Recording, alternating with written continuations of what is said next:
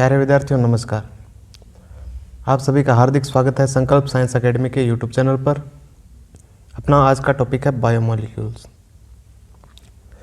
12th chemistry का 14 number chapter है biomolecules, उसको आज अपने पढ़ने जा रहे हैं। तो बायोमोलिक्यूल्स के अंदर अपने जो फर्स्ट टर्म सामने आता है वो है बायोकेमिस्ट्री।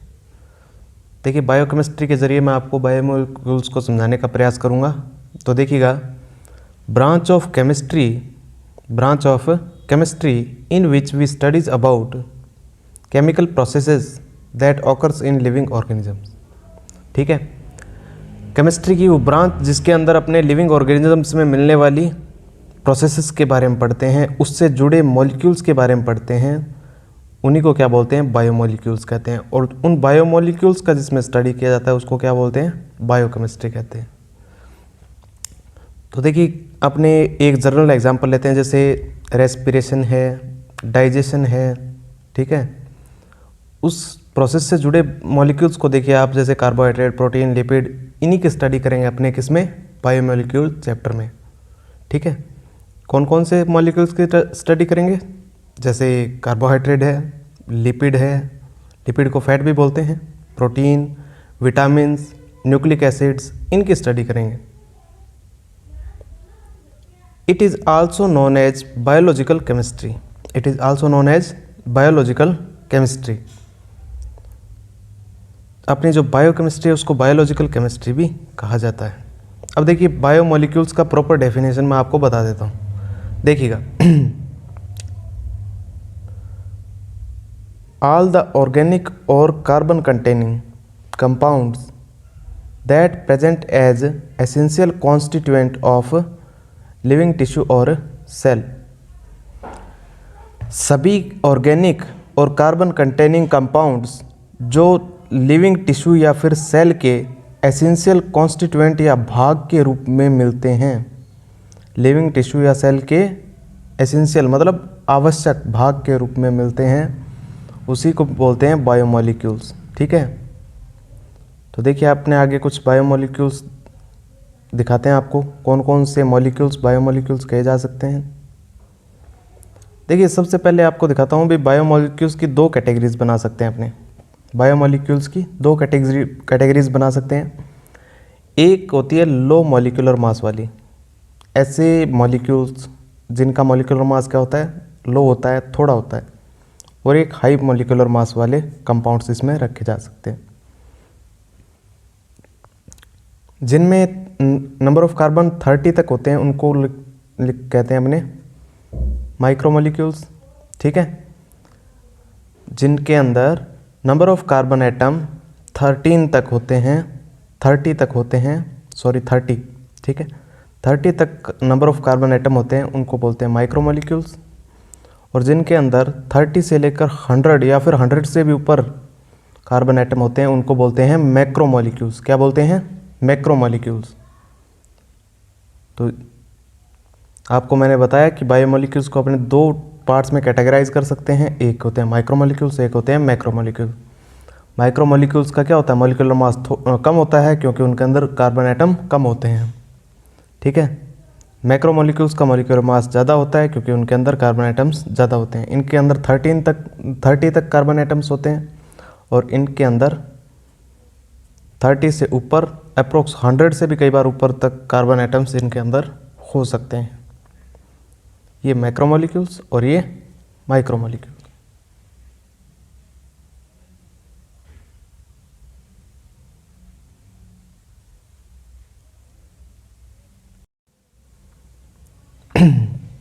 तो प्यारे विद्यार्थी देखिएगा, हमने बायोमोलिक्यूल्स के को दो पार्ट्स में कैटेगराइज किया था, एक होते हैं माइक्रोमोलिक्यूल्स और एक होते हैं मैक्रोमोलिक्यूल्स। ठीक है, अब अपने देख लेते हैं एग्जांपल्स इनके, कौन कौन से मॉलिक्यूल्स माइक्रोमोलिक्यूल्स में आ जाते हैं और कौन कौन से मैक्रोमोलिक्यूल्स में आ जाते हैं। तो देखिए, कार्बोहाइड्रेट की 3 कैटेगरीज होती है, अपने यहाँ इसके बारे में आगे पढ़ेंगे भी। मोनोसेकेराइड, ओलिगोसेकेराइड और पॉलीसेकेराइड। मोनोसेकेराइड और ओलिगोसेकेराइड तो किस में आते हैं? माइक्रोमोलिक्यूल्स में। और पॉलीसेकेराइड किस में आ जाते हैं? मैक्रोमोलिक्यूल्स में। एमाइनो एसिड माइक्रोमोलिक्यूल्स में आ जाते हैं, ग्लिसरॉल्स माइक्रोमोलिक्यूल्स में आ जाते हैं, मिनरल्स और डीएनए के अंदर जो नाइट्रोजनस बेस मिलते हैं, ठीक है, एडेनिन, गुआनिन, साइटोसिन, इनके बारे में आगे अपने डिस्कस करेंगे। तो ये भी किस में आ जाते हैं, माइक्रोमोलिक्यूल्स में आ जाते हैं। अब आते हैं अपने मैक्रोमोलिक्यूल्स में। देखिए मैक्रोमोलिक्यूल्स के अंदर प्रोटीन्स हैं, न्यूक्लिक एसिड्स हैं, न्यूक्लिक एसिड मतलब डीएनए, आरएनए, पॉलीसेकेराइड्स हैं, लिपिड्स हैं, ये किस में आ जाते हैं, मैक्रोमोलिक्यूल्स में आ जाते हैं। तो ये थे कुछ एग्जांपल्स मैक्रोमोलिक्यूल्स के और माइक्रोमोलिक्यूल्स के। तो आप इनका अच्छे से नोट्स बना लीजिए।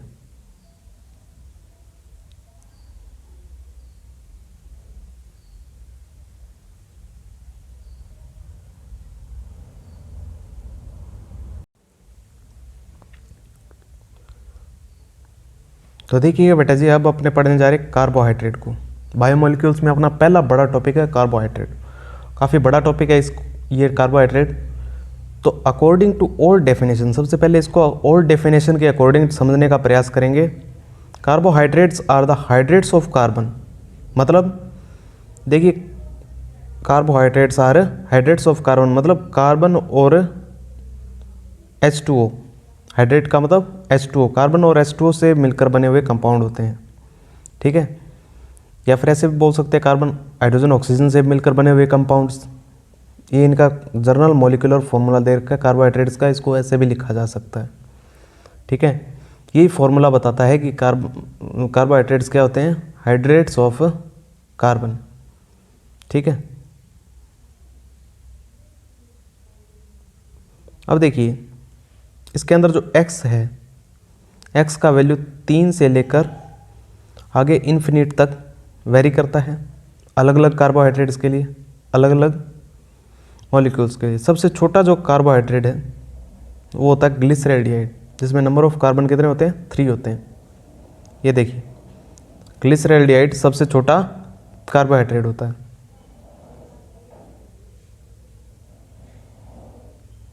अब अगर अपने x का वैल्यू 6 रखते हैं तो 6 से C6H12O6, ये अपने पास एक मॉलिक्यूलर फॉर्मूला आता है जो ग्लूकोज और फ्रक्टोज दोनों का होता है।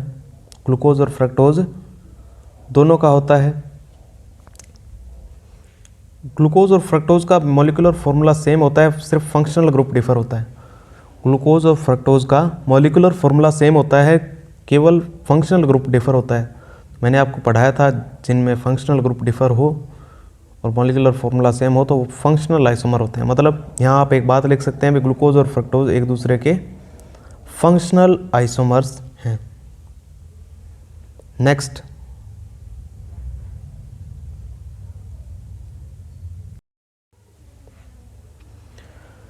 तो देखिए बेटा यहाँ एक अपने नोटेबल पॉइंट्स पढ़ने जा रहे हैं कि जो कार्बोहाइड्रेट का जनरल मॉलिक्यूलर फॉर्मूला था वो कुछ ऐसे कंपाउंड्स पर लग जाता है जो कार्बोहाइड्रेट नहीं है।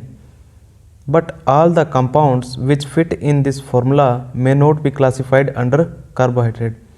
ये देखिए एसिटिक एसिड कार्बोहाइड्रेट नहीं होता है, लेकिन ये कार्बोहाइड्रेट के जनरल मॉलिक्यूलर फॉर्मूला को के अंदर फिट बैठता है। एसिटिक एसिड जो कार्बोहाइड्रेट नहीं है लेकिन कार्बोहाइड्रेट के जनरल मॉलिक्यूलर फॉर्मूला में एकदम फिट बैठता है, but it is not a carbohydrate. Acetic acid carbohydrate नहीं है।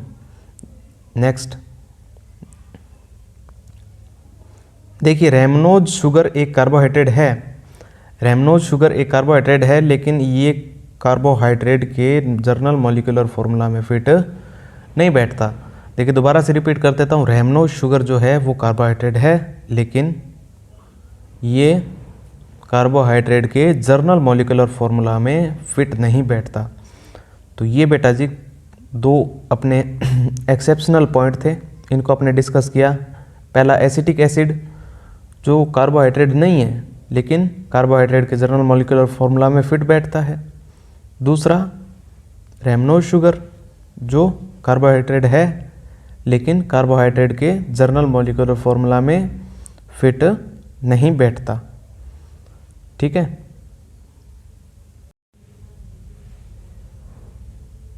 तो बेटा जी देखिए हम न्यू डेफिनेशन के अकॉर्डिंग कार्बोहाइड्रेट्स को समझने का प्रयास कर रहे हैं। न्यू डेफिनेशन के अकॉर्डिंग कार्बोहाइड्रेट्स को समझने का प्रयास करेंगे। ये जो न्यू डेफिनेशन थोड़ी कॉम्प्लेक्स है लेकिन सारे कार्बोहाइड्रेट मॉलिक्यूल्स पर एप्लीकेबल है।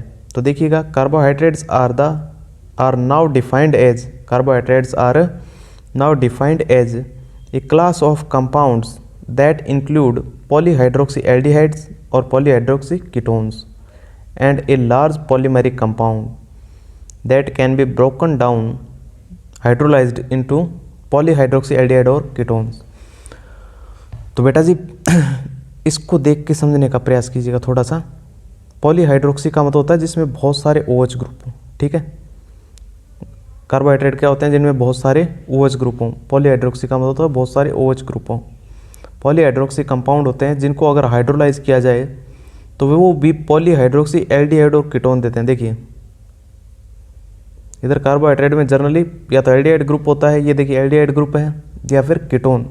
एल्डिहाइड होता है तो इसको बोलते हैं ग्लूकोज, एल्डिहाइड होगा तो ग्लूकोज, और अगर कीटोन आ जाएगा तो फ्रक्टोज, ठीक है।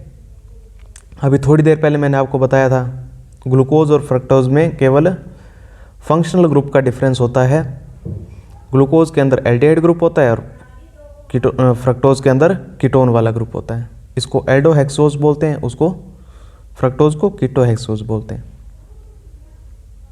तो देखिएगा पॉलीहाइड्रोक्सी एल्डिहाइड और कीटोन होते हैं जो क्या करते हैं, हाइड्रोलाइज होकर क्या बनाते हैं, पॉलीहाइड्रोक्सी एल्डिहाइड और कीटोन बनाते हैं।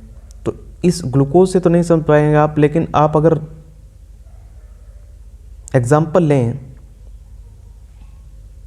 C12H22O11, ठीक है। सुक्रोज का एग्जाम्पल लें आप। सुक्रोज को अगर अपने हाइड्रोलाइज करते हैं तो ग्लूकोज और फ्रक्टोज बनता है, ठीक है। और लार्ज पॉलीमेरिक कंपाउंड होते हैं, मतलब देखिए बड़ा जिसमें ज़्यादा नंबर ऑफ कार्बन होते हैं, ये कहा ना मैंने ऊपर, लार्ज पॉलीमेरिक कंपाउंड मतलब ज़्यादा नंबर ऑफ कार्बन। और इनको अगर हाइड्रोलाइज किया जाए तो छोटे कंपाउंड्स में टूट जाते हैं जो भी क्या होते हैं, पॉलीहाइड्रोक्सी एल्डिहाइड और कीटोन होते हैं। तो देखिए ग्लूकोज और फ्रक्टोज में टूट जाता है जो भी क्या होते हैं, पॉलीहाइड्रोक्सी एल्डिहाइड और कीटोन। तो इसके माध्यम से मैंने आपको ये डेफिनेशन समझाने का प्रयास किया। देखिए नेक्स्ट टॉपिक देखते हैं अपने। अब देखिए बेटा जी, carbohydrates are naturally occurring organic substances are present in mostly of living beings. देखिए लिविंग बीन्स मतलब लगभग सभी लिविंग बीन्स में कार्बोहाइड्रेट्स पाए जाते हैं। The dry mass of plants is composed of 50 to 80% of polymeric carbohydrate cellulose. जो plants का जो 50 से 80% तक बायोमास होता है, या फिर उनका जो प्लांट का पार्ट होते हैं उसके अंदर 50 से 80% तक सेलुलोज नाम का एक पॉलीसेकेराइड मिलता है। पॉलीसेकेराइड क्या होते हैं, कार्बोहाइड्रेट ही तो होते हैं। अब देखिए ये है फोटोसिंथेसिस की इक्वेशन, आपने छोटी क्लासों में 10th तक देखी होगी। तो देखिए फोटोसिंथेसिस की प्रोसेस से भी क्या बनता है, ग्लूकोज बनता है जो एक कार्बोहाइड्रेट है और पूरी अर्थ के लिए फूड का प्राइमरी सोर्स है। पूरी अर्थ के लिए फूड का प्राइमरी सोर्स है ग्लूकोज। और देखिए generally carbohydrates are white solids which are soluble in organic solvents. Carbohydrates क्या होते हैं, वाइट कलर के सॉलिड्स होते हैं जो क्या होते हैं, ऑर्गेनिक सॉल्वेंट्स में सॉल्युबल होते हैं, एक्सेप्ट पॉलीसेकेराइड। पॉलीसेकेराइड क्या होते हैं, सॉल्युबल नहीं होते। अब देखिए कार्बोहाइड्रेट टर्म का मतलब बताता हूँ मैं आपको। कार्बोहाइड्रेट्स को अपने सेकेराइड्स भी बोलते हैं।